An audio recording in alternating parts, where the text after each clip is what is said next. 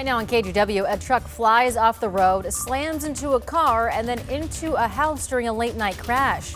What we're learning about the two people now and displaced and what happened to the driver. Plus, we want to attack that system at the root and end violence against women once and for all.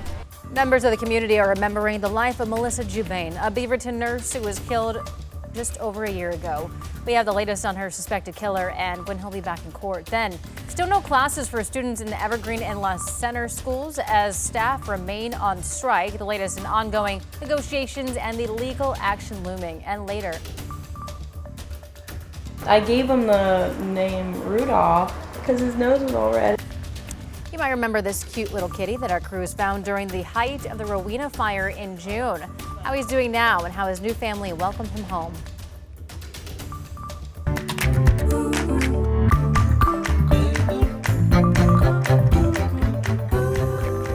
Our top story today at noon, these pictures from Portland Fire and Rescue show the damage done to a southeast Portland home after two cars hit it late last night. Thank you for joining us. I'm China Green. Portland Fire and Rescue tell us two people who lived in that home now have to find somewhere else to live. Portland police say around 11:30 last night, a pickup truck was driving south on Southeast 52nd when it swerved and hit a Mazda parked in the house's driveway. The Mazda was pushed into the side of the home, with the pickup truck flying through the air and landing on top of another car that was parked at the home. A third car at the house next door was also damaged. The driver of the pickup truck was taken to the hospital for serious injuries. Police determined alcohol was a factor in the crash. Our Devin Haskins will have more on this crash ahead on KGW News at 4. We just got an update on the triple homicide that happened in southeast Portland over the weekend. Portland police say a man killed two people before taking his own life. It happened at a home on Southeast 64th, 2 blocks from the Brentwood City Park. Police say a 22-year-old man killed his 46-year-old mother and 10-year-old sister before taking his own life. Portland Police Chief Bob Day spoke to the media shortly after this happened. First and foremost mission of the Portland Police Bureau is the preservation of life. And it saddens us deeply when we arrive too late to maybe intervene or interdict and complete that mission. A reminder that if you or someone you know needs help, there is someone available to talk 24/7. That number is 988.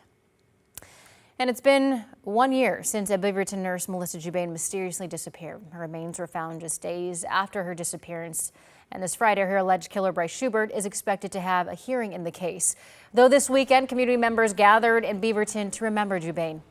On September 4th of last year, Jubane was reported missing when she didn't show up to work at Providence St. Vincent. 2 days later, and just 2 weeks after her wedding, her remains were found, and Schubert, her neighbor, was arrested. Along with first-degree murder, he was charged with kidnapping and abuse of the corpse. The two lived in the same Beaverton apartment complex. During this weekend's vigil, many who attended wanted to highlight Jubane's story. It is not an isolated one. There are so many victims of violence against women, and it is caused by the same system. The same one that caused Melissa's death is the same one that is harming women who are in the workplace, in the home. Supporters of Jubane plan to be at Schubert's court hearing on Friday. They will hold a rally on the courthouse steps to push for justice for Jubane. Representatives for the Evergreen School District and the union representing striking workers are once again at the bargaining table. This latest round of negotiation comes as Evergreen public school leaders cancel classes again. This is the 9th day that they have canceled classes after negotiations between the union representing classified workers fell through once again. And now the district is threatening legal action if a deal isn't reached soon. The district may ask a judge to compel the union to end its strike, which they say is illegal under Washington state law. The school board says legal action is a last resort. Meanwhile, schools in La Center also closed today through Wednesday because of the ongoing teacher strike in that district. Negotiations with the teachers union continue, but the La Center School District has already said that if they can't reach an agreement by 6 o'clock tomorrow night, schools will be closed for the rest of the week. All right, headed over to meteorologist Chris McGinnis for a look at weather now. And as expected, we're still kind of enjoying a little filtered sunshine here at this noon hour. This is the live look from the Springs at the waterfront, our latest camera, our newest camera here on the Vancouver downtown waterfront there, looking down at the Interstate Bridge.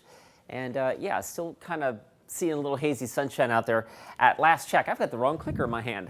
Let me switch gears and advance that for you. We are 71 degrees right now at Pearson Field, which is not too far from the Interstate Bridge. At last check over downtown, you can see again, looking to the south, still some filtered sun out there, and it's 70 in downtown Portland. And farther to the south, clouds getting a little bit thicker down towards the Salem area, where your temperature is currently 72. All right, I've got radar dusted off, and I want to go down there because we do have some showers along the south central Oregon coast, actually from Newport to Walport and Point South, also into the southern Willamette Valley down towards Corvallis and Jefferson. Actually, a lightning strike at last report just east of Corvallis. Throughout the morning, these showers have been trying to work their way northward, but they've been very slow to do so. So with that in mind, there is an increasing chance of showers here in the metro area. But again, just a shower chance. There's also a chance a lot of folks remain dry here through mid-afternoon, with temperatures slowly inching into the mid-70s. I do think we get wet tonight. I do think we'll be a little bit wet tomorrow as well. How wet? We'll answer that question with Futurecast coming up in just a few minutes. Thank you, Chris. Here's a look at some national headlines this afternoon. An appeals court has upheld the $83 million judgment against President Donald Trump and the defamation case involving E. Jean Carroll. The court also rejected the president's appeal of Carroll's separate $5 million verdict against him earlier this year. Trump has repeatedly denied wrongdoing in both cases. The Supreme Court is allowing the Trump administration to continue immigration enforcement stops in Los Angeles. Lower courts previously said that the operations likely violated the Fourth Amendment. The nation's top court didn't give a reason for their decision, and the three liberal justices dissented. The South Korea workers arrested during an immigration enforcement operation at a Hyundai facility in Georgia last week will be sent back to Korea. Almost 500 people were arrested during the investigation to the alleged unlawful employment at the plant. South Korea's president says negotiations for their release have concluded, and a charter plane will assist their return to Korea. And two winning tickets for the almost $2 billion Powerball jackpot were sold over the weekend. One was sold in Missouri, the other was sold at a gas station, this one right here in Texas. Officials say the two winners will share the $1.8 billion jackpot, which is the second largest in U.S. lottery jackpot ever. In addition to the two big winners, two other people won $2 million each, and that's a look at your national headlines. Tasmania County officials say a recent Department of Natural Resources decision will hurt them. The county has a long history in the timber industry, and the county says that newly announced conservation efforts will hinder revenue and essential services. Jake Holter has a story. Well, as Skamania County Commissioner we spoke with says the decision by DNR to conserve more forest will take a toll on the county's critical public services because of lost timber revenue. We are dependent on this revenue. The schools are dependent on this revenue. Last month, Washington Commissioner of Public Lands Dave Upthegrove announced an additional 77,000 acres of older state-owned forest is being conserved. What we're doing today is the largest forest conservation action in Washington in a generation. It will accelerate our progress on climate and habitat goals, create room for innovation, and diversify revenue, while ensuring sustainable timber harvests continue elsewhere to support our schools and our counties. But Skamania County Commissioner Asa Leckie says he's concerned by this move. It's a death by 1,000 cuts. As more and more land is put off limits, it's going to directly impact the Timber County's revenue for local government and the schools. Leckie says timber revenue accounts for about a third of the county's budget. We're going into the budget cycle right now, and we're already looking at making moves in anticipation of losing any portion of our timber revenue. Leckie says these moves could be putting new county positions on hold or having to turn down sheriff's office requests, which he says is troubling as calls continue to increase. We saw record calls through January and March already this year, and this increases the cost and current expense in overtime. So the sheriff's office is dealing with that. Leckie adds that only 2% of county land is developable right now, as the vast majority is state or federal land, which makes it difficult to diversify revenue streams. We're Timber County. The encumbrances of federal and state land, and until some other mechanism is constructed to compensate the revenue loss, we have to fight to keep that revenue. We reached out to Washington DNR to ask how many of those 77,000 acres would be in Skamania County and have not yet heard back. Jake Holter, KGW News. The Trump administration is taking the next step towards removing protections for 2 million acres of forest land in Oregon. The USDA wants to rescind the 2001 Roadless rule.